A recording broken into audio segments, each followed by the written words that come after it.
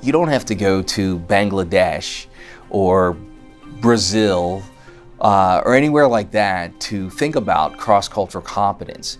Look at the soldiers within your platoon and see that one person could be from Waynesboro, Pennsylvania, and another could be from Sierra Vista, Arizona. Completely different. You know, if you ask a group of guys from Boston, you know, why do you talk like that? They'll have no idea that they even speak with an accent until they go somewhere else. And that's the same thing with anything, not only, you know, linguistically what comes out of your mouth, but the way you view the world.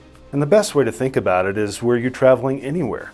If you're from the Northeast and you travel to the South, there are certain things you're going to want to know before you get there. If you go into a foreign context ill-prepared and not open to learning more about it, you're actually decreasing your unit's survivability.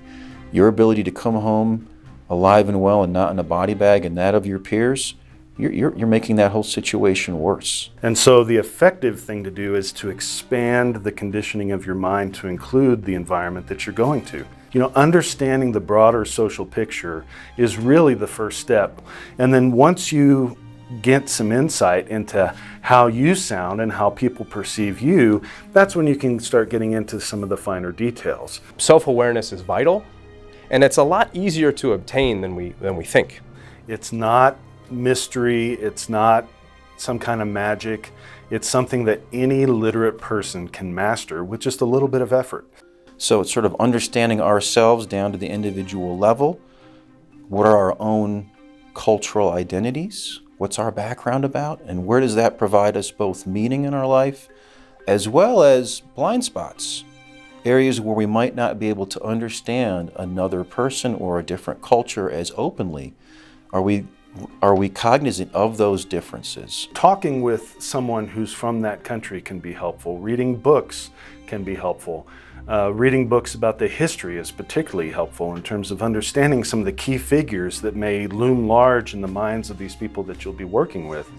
Absolutely engage with as much literature about the area as you can. You have to know about their society and, you know, are they urban, rural? You have to learn about the family. You have to learn about their belief system. Read, read, read. You talk to as many people as you can talk to, and you seek to understand the particulars of that principle, in that it doesn't matter what country you go to, whether it's Afghanistan or Indonesia or Canada, these principles are the same thing wherever you go. So we draw on the folks that have been there or know the area, and we ask them those exact questions.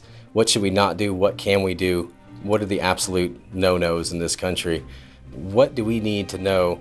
What are our immediate icebergs or non-negotiators that we need to avoid? Things that'll just completely cut off or sever communication. If time is constrained, and that's a big issue, then I would devote more time to learning pleasantries in the language and doing a good amount of homework in learning the history and the demographics of the region. So I'll summarize all those thoughts by saying I think cross-cultural competence is incredibly important for soldiers to learn about themselves, what it means to be an American, what it means to be a soldier, what my own blind spots might be, so that I might then bond and build trust and relationships with other people that are on my own team and that I meet in foreign cultures and contexts.